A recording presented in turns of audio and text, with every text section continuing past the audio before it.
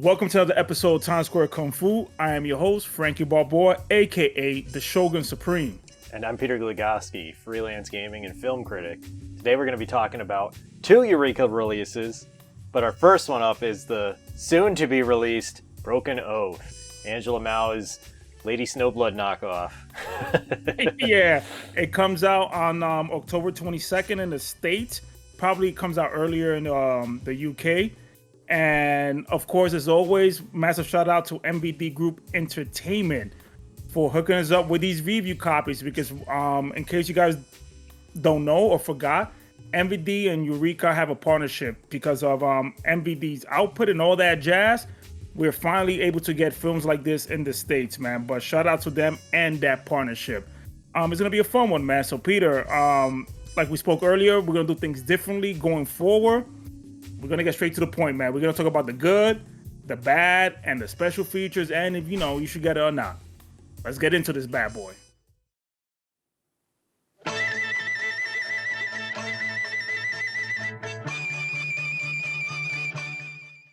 So we're going to give you a quick rundown of the description and everything, cast and crew.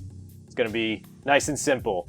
Orphaned and angry, Lotus, played by Angela Mao, is raised by Buddhist nuns before she is exiled for her violent ways, and skipping classes to improve her martial arts skills. Finding herself alone in the world, she quickly comes to discover the truth of her past, that her father was once a respected member of the imperial court who was murdered in cold blood, and that her mother gave birth in a jail cell after being unjustly imprisoned for killing one of the culprits. With revenge on her mind and a newfound accomplice in tow, she sets out to track down the men responsible for tearing her family apart, armed with both her considerable martial arts prowess and a nest of scorpions with which to poison her enemies. Yeah, that last one's really true, for God's sake. Yeah, there's a lot of shots, she's got this sash, and she's just like, shh, and then there's 7 or 8 scorpions from nowhere. So, yeah. Broken Oath was directed by Jung Chung-hwa, who's the same director as King Boxer and The Skyhawk. So it has a lot of those same kind of like we're punching at the camera and cool sort of camera techniques that follow the action. And fights are very snappy. They were choreographed by Xu Xia and Wu Ping, surprisingly enough. This is probably one of the earliest movies he worked on. And it's very snappy, lightning fast, and yeah, I like it. Yeah, adding to the action, one thing that Peter was saying while we were watching it together, because this was his first time watch, right? It was your first time watch. Yeah, surprisingly, I have not seen a lot of Angela Mao movies. Yeah, and one thing you mentioned is like the way the kicks are in this film. Yeah, I'm pretty sure, because I know Angela Mao, Carter Wong, and Sammo Hung were all sort of proteges of director Huang Fang, and they were trained in Taekwondo, so there's just a ton of Taekwondo in this movie. Yeah, but the way it's done with his style and of the camera angles, because he sells the impact like ridiculously. But the good thing I like about this film is that while it is known to be like an unofficial remake of Lady Snowblood, that's only basically the first 10 minutes of the film, like barely. Because it becomes its own thing. And before I forget, this film has 2 cuts. Where in the theatrical cut is missing more context with the mother. It's like 3 or 4 minutes or so. So there's 2 cuts of this film with this release, both beautifully restored. So going back to like doing his own thing, seeing Angela Mao trade with these female monks, I was like, totally forgot about this. It's pretty funny. And yeah, and like Peter mentioned with the stash, with the freaking scorpions, and she is a hard-headed student throughout this film. The whole time they keep saying you have a murderous air around you or whatever, and then the first bad guy she sees in the forest, she has him get stung with a scorpion. Like, she's just fucking killing this guy like in a minute of meeting him. Yeah, and while in Lady Snowblood, she had someone assisting, but Meiko Kaji's character, she practically led the film. Well, in this one, it's her and Bruce Long. Yeah, Bruce Long, who most people will know from Kung Fu Hustle as the frog, or whatever the hell his name was in that. So this film feels like there's 3 arcs that she goes through. because the way it is, I'm like, okay, it starts off with her in the temple, and then her on about grown up, and then the final act that the fighting looks something straight out of like Legendary Weapons of China. You see a variation of weapons. You see freaking Angela Mao use yo-yos. You know what I mean? Yeah, and there's even Sammo Hung plays another villain in this, as he did in most of his earlier films, and it's even got the same Kill Bill thing where Go-Go had the bride had the chain wrapped around her neck and was like pulling it in. You could tell Tarantino was like, yeah, with this fucking movie. Yeah, but this is my favorite Angela Mao film because she's. Before we get into the bad, mention the stuff that you like and we'll get into it. Yeah, I mean, I like the pacing, the action. I mean, Angela Mao's phenomenal in it. And, this restoration looks really great, so... Yeah, the colors definitely pop. But now the bad, because I have a lot to say. The beginning's a little cheesy because, like, if you've seen Lady Snowblood, this version feels like the preschool presentation of it. It's just so devoid of depth and everything is framed so statically. Like, I mean, the music's not bad, but it's very repetitive. They have the same 2 or 3 tracks, and that's about it. I would say lack of character depth, that Angela Mao doesn't get the final fight.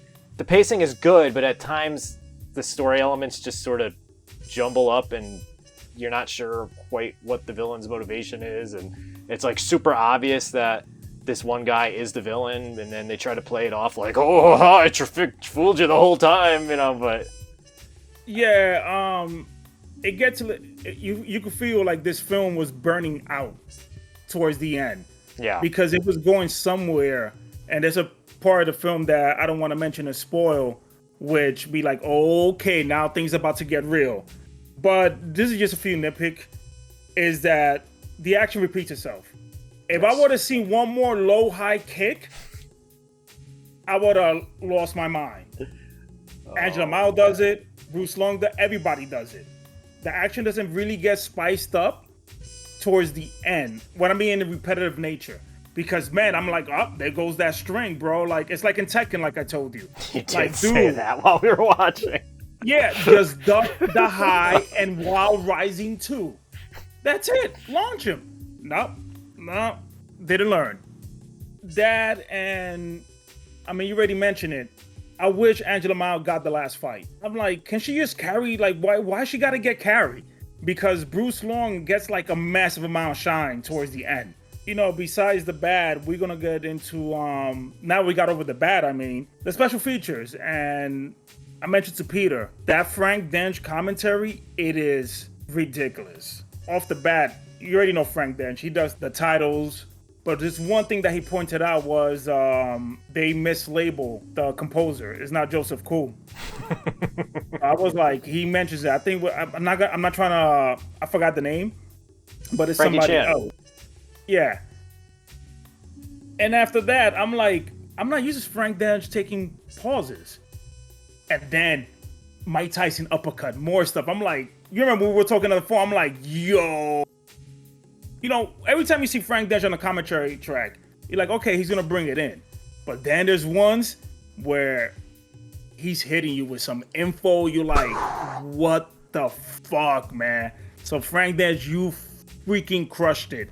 And it has a secondary commentary track, I believe, by everyone's favorite duo, Mike Leader and Arnie Venema, who they've been bringing a lot of interesting perspective from their end. And because of Arnie's experience in Asia, same thing with Mike Leader, you're going to get a lot of info dump on that. And especially to know a lot of the people behind these films. So definitely check that out. But the booklet, there's somebody I was telling you about, Gina. Yeah, Gina Marchetti, who is a professor of something or other. I think Asian American film studies. The Pratt Institute in Brooklyn. Oh, okay. Yeah, she's a fantastic writer, has many books about Asian cinema. She's a professor of media out there in Brooklyn. I love Brooklyn. I need to go back to Brooklyn. And it's funny because I'm there every weekend, but if I don't go, I get homesick, and I'm not from Brooklyn. If you're from the city, you know.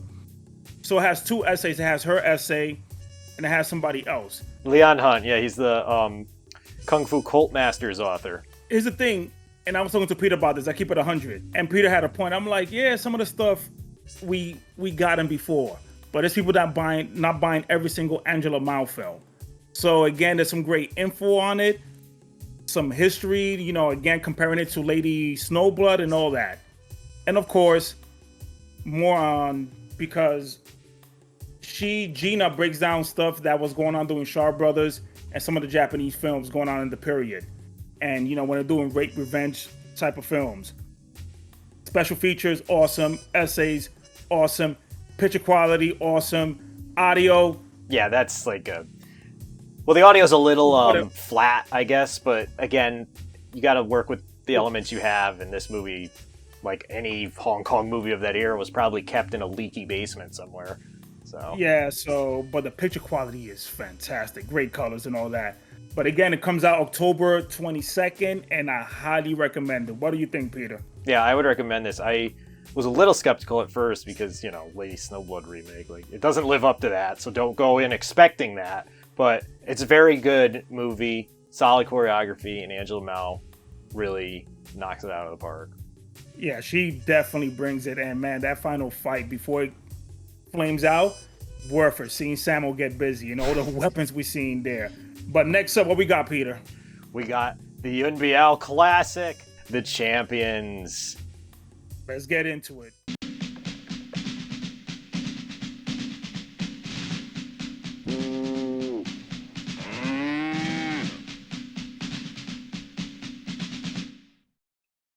Yeah, Peter's hype. I'm hype. Who's the man that's gonna win it? That theme is fucking awesome. Okay, are you gonna say it or I'm gonna say it? You say it. You say it. Listen to the Japanese soundtrack. Don't bother with the original one. I had seen that beforehand. This was actually Frankie's first time watching the movie, and I was telling him, like, the movie's okay. It's got some cool parts, like the soccer stunts are cool, whatever. But we watched it with the Japanese soundtrack. Completely different experience. It turns it from a generic kind of sports comedy thing into this cheesy 80s fest where it's like, yeah, when they're freaking doing on the soccer field, and you're like, we pumped. were getting hype. Okay, before we get into it, who did this damn movie? Brandy Yun was the director, and that's not an unfamiliar name, but I can't place what else they've directed. But Yun Biao's in it, Dick Wei's in it, who's always amazing. It's just like, it's a really old school style film. It almost feels like a riff on Drunken Master or Snake and the Eagle's Shadow in a way. It even has that same element of he meets a master, although it's a soccer team in this case, and then he gets trained and becomes the champion. Yeah, so the movie's pretty simple. He wants to play soccer. He gets put in a team, but he's getting sunned by Dick Wei, and they're throwing games. But little do they know, this guy's actually nice. Yeah. So you see some interesting techniques, great camera angles. Now that we have this in great restoration and high definition, obviously sometimes it's stunt doubles. But man, they do some amazing thing with the soccer ball. Like, if you like Shaolin soccer, think of it as an earlier take. Without the mystical elements either. Yeah. But, yeah, and eventually, you get a soccer duel here and there. And Yun Biao's character is more or less, like, unintentionally things go wrong. A lot. It has that type of comedy style. But besides that, I just like this movie. I don't have any bad.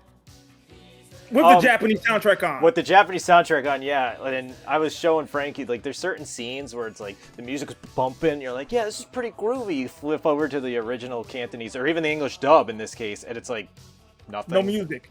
Or it's just something really flat. And, like, that's how I first saw it. So I was just like, I don't know. I thought it was like, okay. And I was telling Peter, leave it up to the Japanese to give you some music, because during the 80s, they were on fire when it comes to themes. Because this movie, Jesus freaking Christ with that soundtrack. Watch with a Japanese soundtrack. Now, to be fair, there is a main theme in the Cantonese version, and it's not bad. It's sung in Cantonese, and I want to say Yun Biao's singing that one too, but he's definitely singing the Japanese theme, which is in English, and it's phenomenal. They like go like heavy on the synths and stuff, and he's like got this horrible broken English, and it's so catchy. Put it like this: it's a Rocky film. Yeah, it pretty much is the prototype of what Rocky had set forth, and they just followed it over into a soccer movie. Yeah. So, do you have any bad? I don't have no bad about this film. I guess in terms of bad, I would just say that sometimes the comedy can veer into being a little childish, but I mean, that's kind of typical of Hong Kong movies. Like, there's those tonal shifts too. I mean, yeah, but I highly recommend it. This came out late last month. It's currently on sale on MVD Shop, so we're gonna put the link in the description. This has extras, but what I love about this film, what I love when you get commentators doing special features, is when it's their favorite film. And FJ DeSanto spoke about this film a lot. He is hype. Him and Frank Dange were singing the theme on Twitter, and I'm freaking typing it up on Facebook. So we got both of those guys there. You got Mike Leader, Arnie doing commentary, and you have a CFK video essay, and they be doing some stuff. They did one for Future Cops for Eureka. So yeah, it got get this joint, man. If you like fun, you like ice cream, get this joint. I mean, they do kill an ice cream in this movie. Yeah, they actually do. That one lady, jeez. You're a Yun Biao fan. A lot of people didn't even know about this. I only seen highlight clips over the years. I'm like, why am I watching this soccer thing? Lo and behold, it's one of my favorites releases this year. Definitely in my top 10 releases. Because it was new to me, and it was fun. Now everything has to be serious. Yeah. And there was no goofiness, like, what you get, like people in costume or exaggerated stuff. It was just some good fun shit. It was very 80s. Thanks, Japan. Highly recommend it. But folks, I hope you enjoyed this video. Hope you guys have fun, because we have fun watching these films. And as always, like, share, and subscribe. And until the next one, peace.